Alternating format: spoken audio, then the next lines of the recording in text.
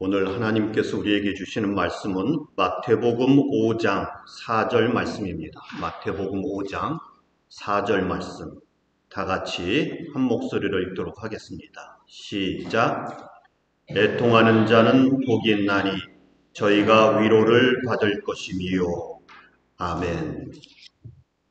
저희가 지난주에는 가난한 자의 복에 대한 말씀을 보았고요. 오늘은 애통하는 자에 대한 복을 좀 보려고 합니다. 제가 예전에 청년부를 담당할 때요, 이제 한 학기가 끝나고 그리고 잠깐 방학이 되는 동안에 선교 바자회를 위하여 김밥을 말고 비빔밥 재료를 만든 적이 있습니다. 이 비빔밥을 만들려고 하면은 이 양파를 잘라서 이렇게 볶아야지 되거든요. 그런데 이제 양파를 써는 팀이 구성이 되었어요. 몇 명 여자 청년들이 모여서 양파를 써는데요. 그거를 미리 알고 준비해서 수영 안경을 끼고 온 청년도 있고요. 그래서 이제 둘러서 그 양파를 서너 명이 자른단 말입니다. 막 다들 눈이 맵다고 울면서 부채질 해가면서 그렇게 썰지요. 그곳에서 가장 쌩쌩한 거는 그래도 이 수영 안경을 낀 청년이었고요. 그런데 그 청년 중에 하나가 다른 청년들은 눈이 맵다고 그러면서 이 안타까워하면서 우는데 아예 그냥 우는 청년이 있었어요. 그냥. 눈이 매워서 눈물이 나는 거는 그냥 이해할 만하는데 그 친구는 이게 아이고 이렇게 눈이 맵네 이런 게 아니고 이 기회가 잘 됐다 좀 신나게 울어보자 뭐 이런 분위기였습니다. 그러고는 신나게 울다가 그러다가 이 청년이 마지막에 뭐라고 얘기하냐면 아우 시원하다 이렇게 얘기를 했어요. 학기가 끝나가고 이 청년에게는 다음 학기 학비에 대한 문제들이라든지 생활비 그리고 실험이 잘 안 되는 것에 대한 고민 뭐 여러 가지 문제들이 있었거든요. 울고 싶었는데 청년부 그 바자회 양파 썰면서 울고 싶은 것을 신나게 운 거지요. 그러고는 아우 시원하다 이렇게 얘기를 하더라고요. 여러분 언제 울어본 적 있으십니까? 이 한국 분들 아시아 문화에서는 남자는 울어서는 안 된다는 이러한 생각들을 갖고 계시는데 여러분 가끔 한 번씩 울어줘야지 됩니다. 드라마 보시면서 우시든지 기도하면서 우시든지 이 한 번쯤 울어줘야지 시원하지요. 예전에 제가 목회하던 곳에서는 어느 날 제가 전화를 그 교회에서 받았는데요. 그 남자 집사님이에요. 집사님이 요즘 좀 힘들다고 전화를 하셨어요. 그런데 아내가 이게 굉장히 계속해서 아프고 이 아들은 교통사고가 나고 그러면서 울먹울먹 하면서 울기 시작을 했어요. 아니 울다가 보니까 대화가 안 되지 않습니까? 얘기가 안 돼요. 그냥 우는 거죠. 한참 울고 나서는 떠듬떠듬 얘기도 했지만 울고 나서는 그저 목사님 감사합니다. 그러고 그냥 끊더라고요. 울 때가 필요한 것이죠. 여러분 이게 운다고 해서 꼭 나쁜 것은 아니라는 말이죠. 오늘 이 본문에 보면 뭐라고요? 애통하는 자는 복이 있나니 저희가 위로를 받을 것이며 이렇게 얘기합니다. 다른 번역은요 이렇게 말합니다. 슬퍼하는 사람은 복이 있다. 하나님이 그들을 위로하실 것이다. 또 다른 번역은요. 슬퍼하는 사람은 행복하다. 그들은 위로를 받을 것이다. 이렇게 얘기합니다. 여기에서 말하는 이 애통이라고 하는 말, 슬퍼한다는 말은요. 어떤 의미냐면은 이게 사랑하는 사람을 떠나보낸 그러니까 이 헬라어 원어 중에서는 가장 극심하게 슬퍼할 때에 쓰는 그러한 단어입니다. 예를 들면은요, 이 똑같은 단어를 창세기에서 썼는데요, 이 구약을 헬라어로 이제 번역한 적이 있었거든요. 그때에 어느 부분에 썼냐면 어느 날 야곱이 집에 있는데 아들들이 돌아왔어요. 양치던 아들들이 돌아왔는데 형들을 살펴보라고 보낸 이 요셉이 안 들어왔어요. 요셉이 안 들어왔어요. 그래서 요셉은 어디 갔느냐 그렇게 물었을 때에 형들이 얘기를 하죠. 아버지 요셉을 찾으시나요? 우리가 돌아오다가 요셉의 옷을 발견했습니다. 이 찢어진 피 묻은 그러한 옷을 내놓는 거죠. 그럴 때 그 모습을 보면서 그 옷자락을 보면서 통곡하는 야곱의 슬픔을 표현할 때에 요 단어를 썼습니다. 요 마태복음 5장 4절에 있는 단어와 똑같은 단어를 써서 그 모습을 표현했다는 거죠. 여기에서 말하는 슬픔이라고 하는 것은요, 감출 수 없는 슬픔입니다. 그저 누군가를 만나서 상대방 얼굴을 봐도 상대방은 왜 슬픈지를 몰라도 그냥 눈물이 철철철 흐르는, 숨길 수 없는 그러한 슬픔, 끊임없이 눈물이 흘러내리는 그러한 큰 슬픔을 말하는 것이죠. 여러분, 우리는 행복을 말하면 이 슬픔이 없는 행복을 생각을 하지요. 그런데 오늘은 이게 역설적이게도 슬퍼하는 자가, 애통하는 자가 복이 있다고 이렇게 이야기를 하고 있는 것입니다. 슬퍼하는 것하고 행복하고는 맞지 않는데 예수님은 슬퍼하는 자들이, 애통하는 자들이, 눈물을 펑펑 흘리고 있는 자들이 행복하다고 이렇게 얘기하는 거죠. 여러분들도 울고 싶을 때 있지 않습니까? 인생 중에 한번 뒤돌아보면 그런 경험들이 있었을 것입니다. 원하고 원해서 아주 죽도록 고생해서 그래서 드디어 내가 원하는 대학에 원서를 냈는데 그만 떨어지고 말았을 때에 직장 생활을 잘하고 있다가 직장에서 쫓겨났을 때에 믿었던 친구, 절대 나를 배신하지 않을 거라고 생각했던 친구가 내 뒤통수를 쳤을 때에 내가 하지도 않은 일을 모함당해서 그래서 너무나 억울했을 때에 여러분 요즘 그 아시안컵 축구 보시나요? 저는 다 보지는 못했는데 요즘 한국 축구가 그렇게 보는 사람들의 마음을 졸이는 축구를 한다 그래요. 저도 이제 유튜브에 나온 요약본을 몇 개 봤는데요. 호주랑 할 때도 거의 끝나서 마지막 1분 몇 분 남았을 때 역전승으로 이겼고요. 사우디아라비아하고 할 때도 90초 남겨놓고 골을 넣고요. 또 그때의 프리킥을 찼던 손흥민의 그 킥을 놓고 또 뉴스가 막 나오고 사람들이 평하고 막 그러죠. 여러분, 호주가 한 골을 넣어가지고 호주가 이기고 있을 때에 그러다가 1대1이 되고 그리고 막판에 이제 역전이 돼서 질 때에 카메라에 호주 관중들이 잡혔어요. 호주 관중들이. 전 너무 미안하더라고요.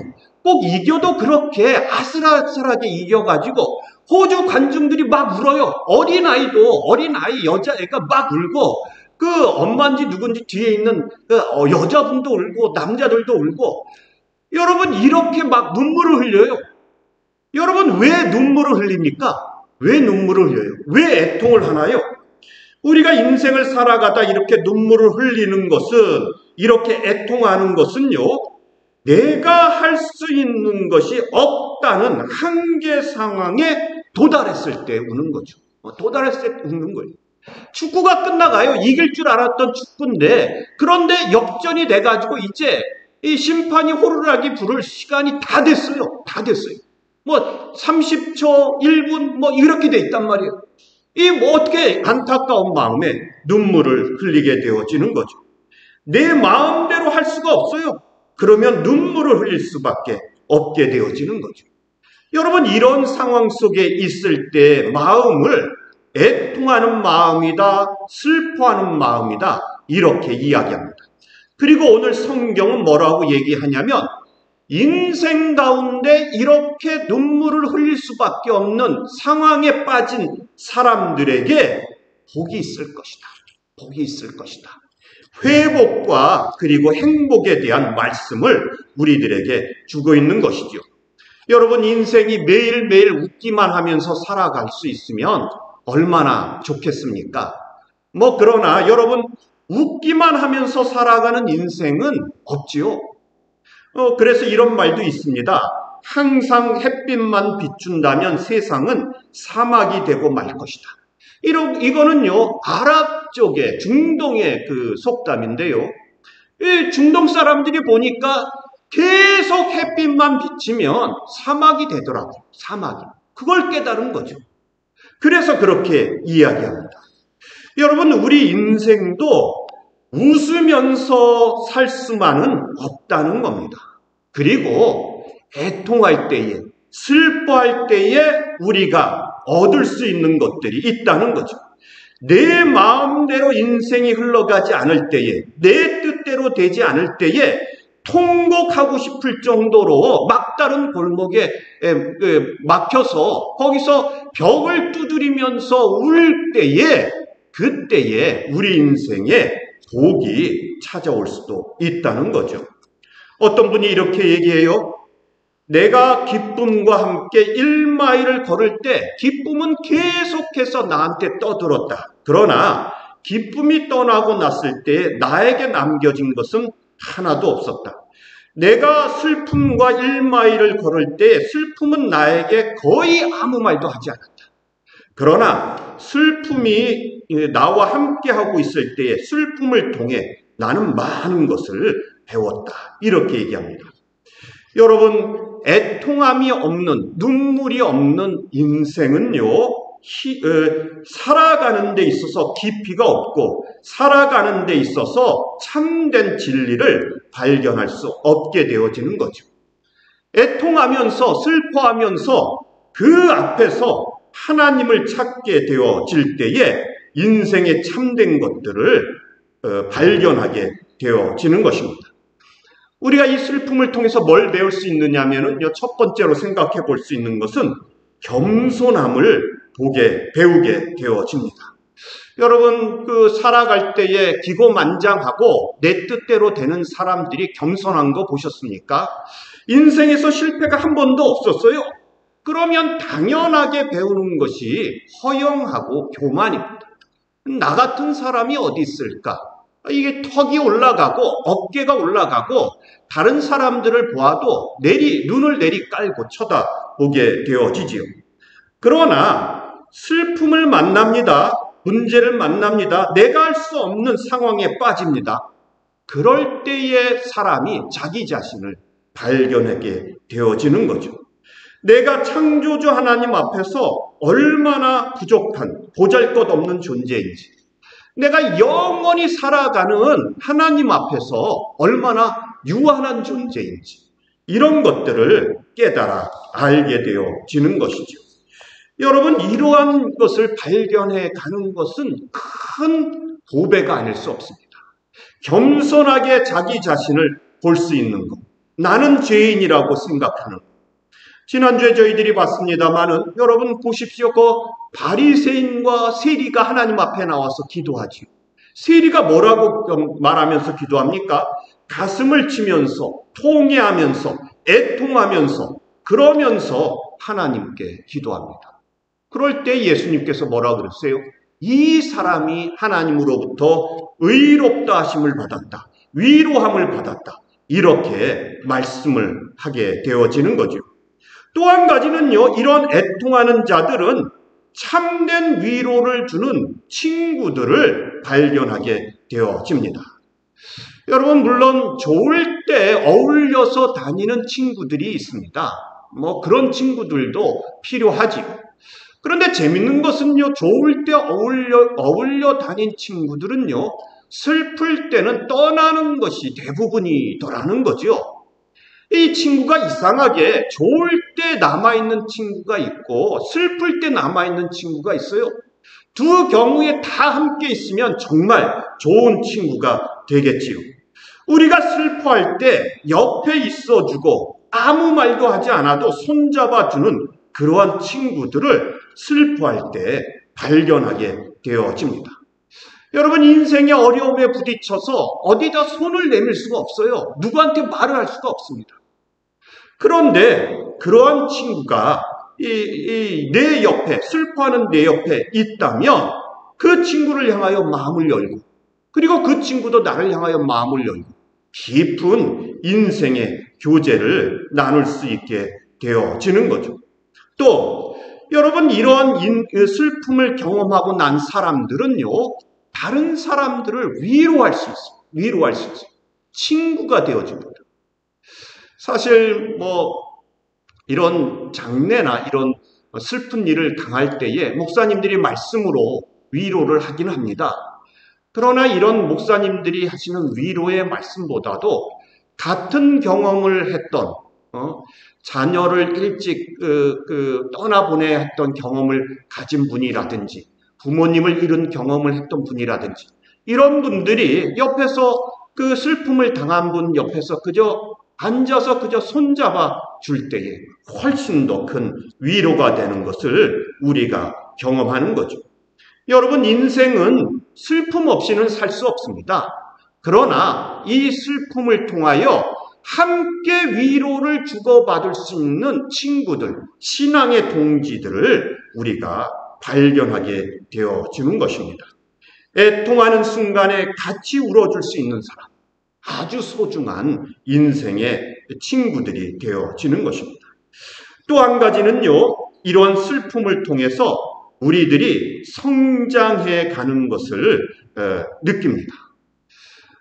한국 사람들이 하는 말이 아픈 만큼 성숙해진다 이런 농담도 하지만 사실은 진실입니다. 진리예요. 우리가 아프면서 성장통이라는 것을 경험하면서 자라나지요. 기독교 저술가로서 영문학 교수이면서도 많은 책을 쓰고 그런 강연을 했던 C.S. 루이스가 아픔에 대하여, 슬픔에 대한 그런 글과 책과 영화를 남긴 게 있습니다. 섀도우랜드라고 하는 영화인데요. 이 C.S. 루이스가 사랑하는 아내를 떠나보냈습니다. 사랑하는 아내를 떠나보냈어요. 그리고는 이 영화 속에서 그 슬픔을 통하여 자기가 기독교적으로, 신앙적으로 또 인생에서 어떻게 성장해 갔는지를 이야기를 합니다. 이 영화치고는 조금 복잡하고 어렵기는 합니다만은 기독교인들이 어떻게 고난을 맞이해야 되는지 그것을 생생하게 그려놓은 그러한 영화입니다. 제럴드 시초라고 하는 목사님이 계십니다. 이분의 가족, 어머니와 아내와 딸이 사고로 한꺼번에 목숨을 잃은 적이 있습니다. 그런데 그 슬픈 사건을 경험하면서 이분이 이런 표현을 했습니다. 아주 기가 막힌 표현인데요. 나쁜 경험을 통해 탄생된 복된 결과라고 이렇게 얘기합니다. 그 어머니와 아내와 딸을 한꺼번에 잃어버리고 그리고 그 슬픔 속에 빠져 있는 동안에 그 슬픔을 통하여 자기가 그 가운데 하나님을 만나고 하나님을 찾는 경험들, 인생을 바라보는 성숙해지는 변화되어진 관점들 이런 것들을 보면서 나쁜 경험을 통해 탄생된 복된 결과였다. 이렇게 이야기를 하고 있는 것이죠. 여러분, 이 슬픔이 우리들에게 애통하는 것이 우리들에게 많은 것들을 베풀어 준다는 거죠. 여러분, 이 슬픔을 당했을 때에 우는 거는요, 통곡하고 애통해야 하고 우는 것은 우리들 안에 있는 슬픔을 당해서 부정적인 감정으로 인하여 우리 안에 생기는 유해 독소들을 이 눈물로 뽑아내는 역할을 한다 그래요. 그러니까 그냥 이 양파 썰다가 그냥 눈이 메어서 흘리는 눈물이 아니고요. 나의 슬픈 감정이 섞여서 흘러나오는 눈물 속에는 이 심신의 충격으로 인하여 생겨난 독소의 요소들, 이 나쁜 것들이 눈물과 함께 흘러나온다는 거죠. 인생이 아주 소중한 것을 잃어버리고 소중한 사람을 잃어버리고 흘리는 눈물이 우리들에게 다시 살아갈 수 있는 힘을 베풀어 준다는 거죠. 옛날 과거는 과거로 떠나보내고 그리고 미래를 향하여 살아갈 수 있는 힘을 준다는 것이죠. 예전에 어떤 이민자 집사님이 저보고 이런 얘기를 해요. 우리가 예수를 믿는 사람들인데 장례식을 가면 한국 분들은 왜 이렇게 통곡을 하며 울고 미국 분들 장례식을 가면 거기는 쪼크도 있고 유모도 있는데 기독교적으로 보면 미국 장례식이 맞는 것 아니겠느냐고 이렇게 얘기를 하셔요. 맞는 말이기도 하지요. 맞는 말이기도 하지요. 우리가 그래서 장례식을 천국 환송 예배라고 표현하기도 합니다. 그러나 저는요, 제가 볼 때는 울면서 통곡하는 것 자체도 하나의 중요한 요소라고 봐요. 그게 사랑하는 사람을 떠나보내는 의식이거든요. 그리고 내 마음을 이 떠나보내면서 슬픔을 표현함으로 말미암아 힘을 얻는 과정이 되기도 합니다. 슬프면 슬퍼해야지요. 슬픈데 그거를 꽉 눌러놓고 조크와 유머로 슬프지 않은 척할 필요는 없다는 거죠. 슬퍼할 때에 같이 울어주면서 같이 울 때에 힘을 얻고 그리고 또 살아갈 수 있는 힘이 생기는 것 아니겠습니까?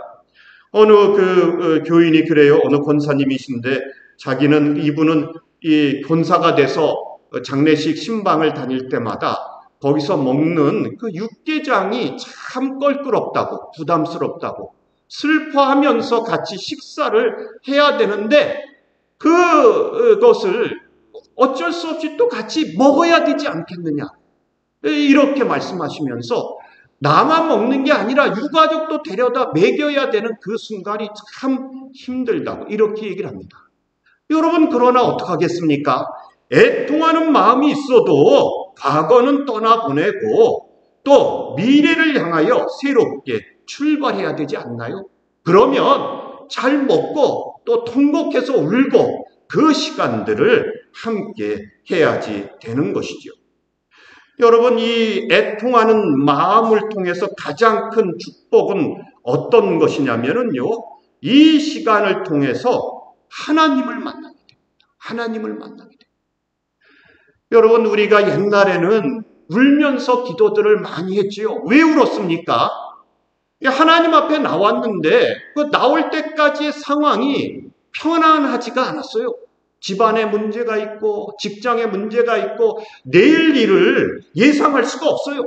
하나님 앞에 나와서 그저 하나님 그러고 났더니 머리가 하얘져가지고 기도 제목이 하나도 생각이 안 나는데 그저 눈물만 펑펑 나는 겁니다. 눈물만 펑펑 나지요. 하나님 그럴 때마다 눈물이 나고 주님 그럴 때마다 눈물이 나고 기도 제목은 생각이 안 나요. 여러분 옛날에는 그렇게 기도를 했거든요.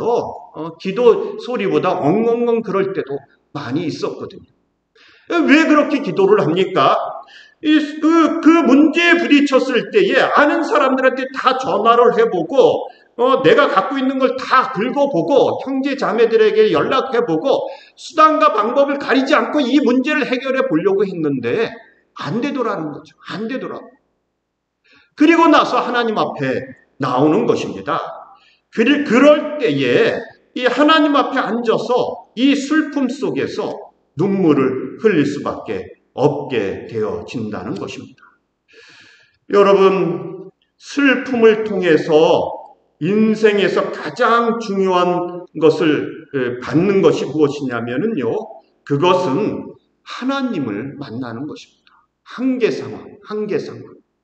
더 이상 내가 어떻게 해볼 수 없는 상황 속에서 하나님을 만나는 것이죠. 이때는요, 그전에는 아무리 찾으려고 해도 찾아지지 않고 보이지 않던 하나님이 보여요. 하나님이 보여요. 그전에는 아무리 이해하려고 해도 이해할 수 없었던 말씀이 물론 이 슬픔 속에서도 이해는 안 돼요. 그러나 믿어져요. 그전에는 내가 이해할 수 없으니 믿을 수 없다고 생각했는데 지금도 이해할 수는 없지만 이 슬픔 속에서 하나님의 말씀을 들으니까 믿어지는 거죠. 하나님을 만나고 났더니 모든 것이 다 이 신앙생활의 의심들이 사라지게 되어지는 것이죠. 여러분, 이게 사도 바울이 얘기했던 약한 가운데 하나님의 능력을 체험한다는 말씀이 바로 이런 것이죠.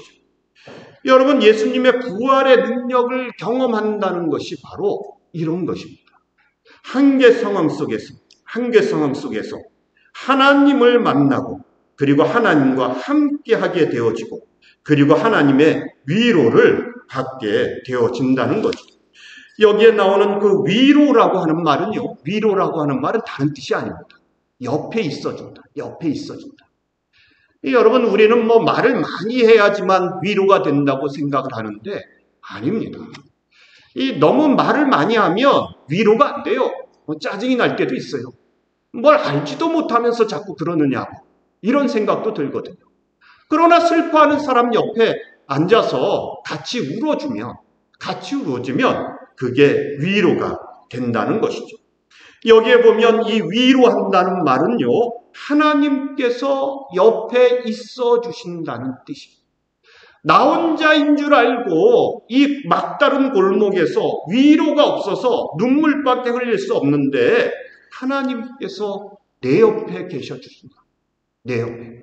하나님께서 나와 함께 해 주신다.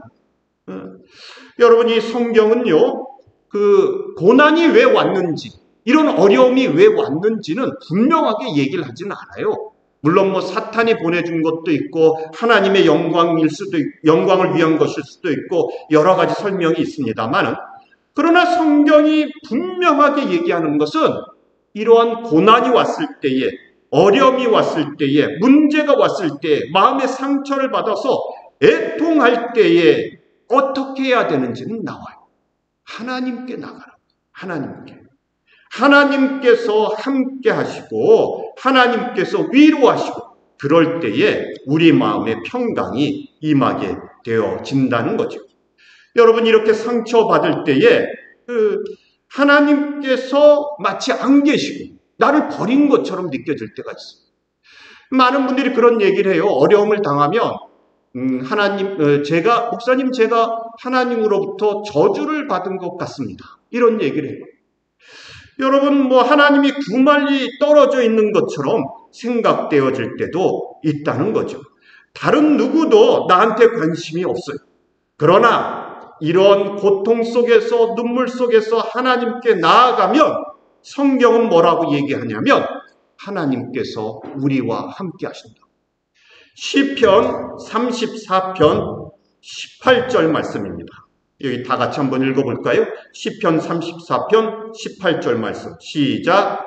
여호와는 마음이 상한 자에게 가까이 하시고 중심에 통회하는 자를 구원하시는도다.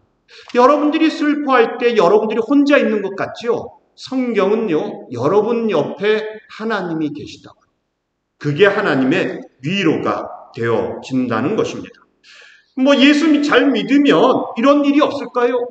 여러분, 우리가 좀 자세히 살펴보십시오. 예수 잘 믿고 얼마나 신실한지 모르는, 날마다 하나님께 나와 기도하고 말씀대로 살기 위해서 바둥거리는 분들도요, 가난하게 살고 문제가 일어나고 자녀들이 탈선을 일으키고 경쟁에서 뒤지고 나쁜 사람들의 꼬임에 빠지기도 하고 병에 들기도 하고 비난받기도 하고, 우리가 설명할 수 없는 많은 일들이 그 신앙이 좋은 분들에게도 일어납니다. 이게 현실이거든요. 여러분, 그러나 이러한 사람들에게 하나님께서 말씀하십니다. 다 알고 계시다.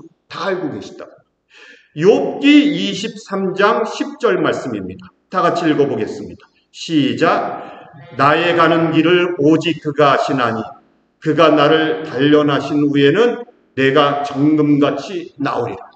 내가 왜 이 고난받는 길을 걸어가고 있는지 나는 잘 모르겠어요. 내가 왜 이렇게 힘들어야 되는지 모르겠어요. 이 문제가의 이유를 모르겠습니다. 그러나 한 가지 아는 것은 하나님께서는 다 아신다. 하나님께서는 내가 고난받는 것도 아시고 내가 힘들어하는 것도 아시고 하나님께서 내 옆에 계시다. 시편 46편 1절 말씀 다 같이 읽어보겠습니다. 시작.